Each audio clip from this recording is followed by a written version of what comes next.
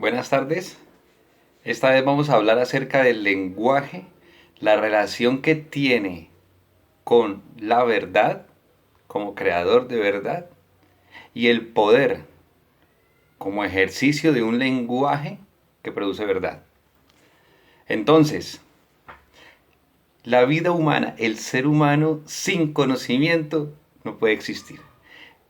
Esto desde una perspectiva antropopedagógica, como hemos venido hablando. Es decir, desde asumir que el ser humano no tiene instintos, carece por completo de ellos. Por supuesto, instinto es una palabra compleja, ya que puede tener varias interpretaciones o muchas maneras de entenderse. En este caso, cuando hablamos de instinto, estamos hablando de una forma de comportamiento o de reaccionar a determinado impulso que se aplica a todos los individuos de una misma especie. Es decir, el instinto tiene que ser generalizado y universal. Tiene que aplicarse a todos. Entonces, podemos decir que los perros ladran. El día que un solo perro maulle, diríamos que los perros por instinto no ladran, porque hubo un caso de un perro que ante una situación X maulló, ¿sí? Entonces diríamos, no, los perros no ladran por instinto porque hay algunos o uno solo que no lo hace. Para hacer instinto tiene que aplicarse a todos los miembros de una especie. Entonces el ser humano, como tiene una forma de reaccionar a sus entornos, a sus impulsos, a sus contextos, tan distinta, dependiendo de la historia, dependiendo de la localidad, es decir, nosotros somos seres locales y epocales. Nos comportamos y entendemos el mundo de acuerdo a una determinada manera que ha sido establecida de acuerdo a unas determinadas condiciones, ¿sí? Y como no todos los seres humanos hemos sido formados en las mismas condiciones, ni tenemos la misma historia, ni la misma experiencia, entonces nos comportamos, pensamos y actuamos de formas diversas, ¿sí? Entonces no tenemos instinto. Al no tener el instinto, que de alguna manera es aquello que nos dice qué hacer o cómo comportarnos de manera natural, en nuestro caso tenemos que aprender el mundo, tenemos que conocerlo, ¿sí? Para así determinar cuál va a ser nuestro comportamiento. O sea, somos nosotros mismos quienes, por el hecho de estar abiertos al mundo, tenemos que crear nuestras propias formas de conducta. Esto, por un lado, digamos, nos da la libertad de, al carecer de instintos y también, si queremos verlo así, al carecer de sentido en nuestra existencia, porque podemos pensar que no tiene sentido porque al parecer no lo tiene, eso nos es una oportunidad para llevarnos a construir justamente ese sentido.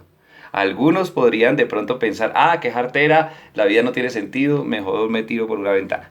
Sí, es una opción. Pero también está la opción de entender eso como una posibilidad y una oportunidad, ¿sí?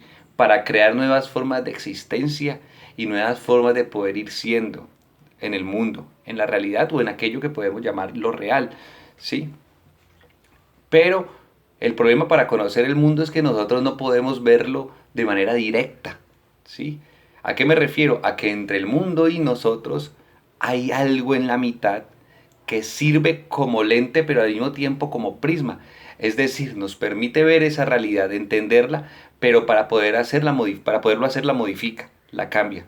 Algo muy parecido de pronto a lo que se conoce en la física como el experimento de la doble rendija. ¿Sí? Es decir, que las partículas de la materia parece que se comportan, en especial los electrones, de una manera cuando no lo están observando y de otra muy distinta cuando sí. Entonces, los seres humanos también tenemos una forma de vernos, de ver la realidad, ¿sí? Que hace que ella cambie cuando la estemos observando. ¿Y qué es esto que está entre la realidad y nosotros? Es el lenguaje, ¿sí? Es decir, nosotros para poder explicar la realidad tenemos que usar el lenguaje, o intentemos explicarla sin usarlo y nos vamos a enfrentar a tremendo problema, ¿sí? Entonces el lenguaje le pone nombres a las cosas, los articula mediante oraciones, mediante enunciados, crea conceptos, ¿sí? Y por eso cuando nosotros vemos aparentemente un árbol y decimos, ahí hay un árbol, en realidad de la palabra, el concepto árbol, que por supuesto está cargado de significado, no está en lo que estoy diciendo, está realmente en mi mente, está en el imaginario social que maneja y usa esos conceptos y estas palabras, pero no en la realidad. Entonces el lenguaje crea la verdad sobre lo que nosotros estamos intentando percibir. Nosotros no podemos ver sino aquello que podemos nombrar. Entonces en ese sentido, el lenguaje crea la verdad, crea la verdad.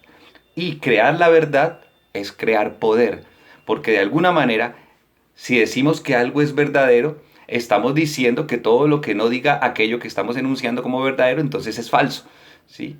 Entonces podemos señalar como anormal, como equivocado, como errado a aquel que no entra dentro de nuestro concepto de verdad.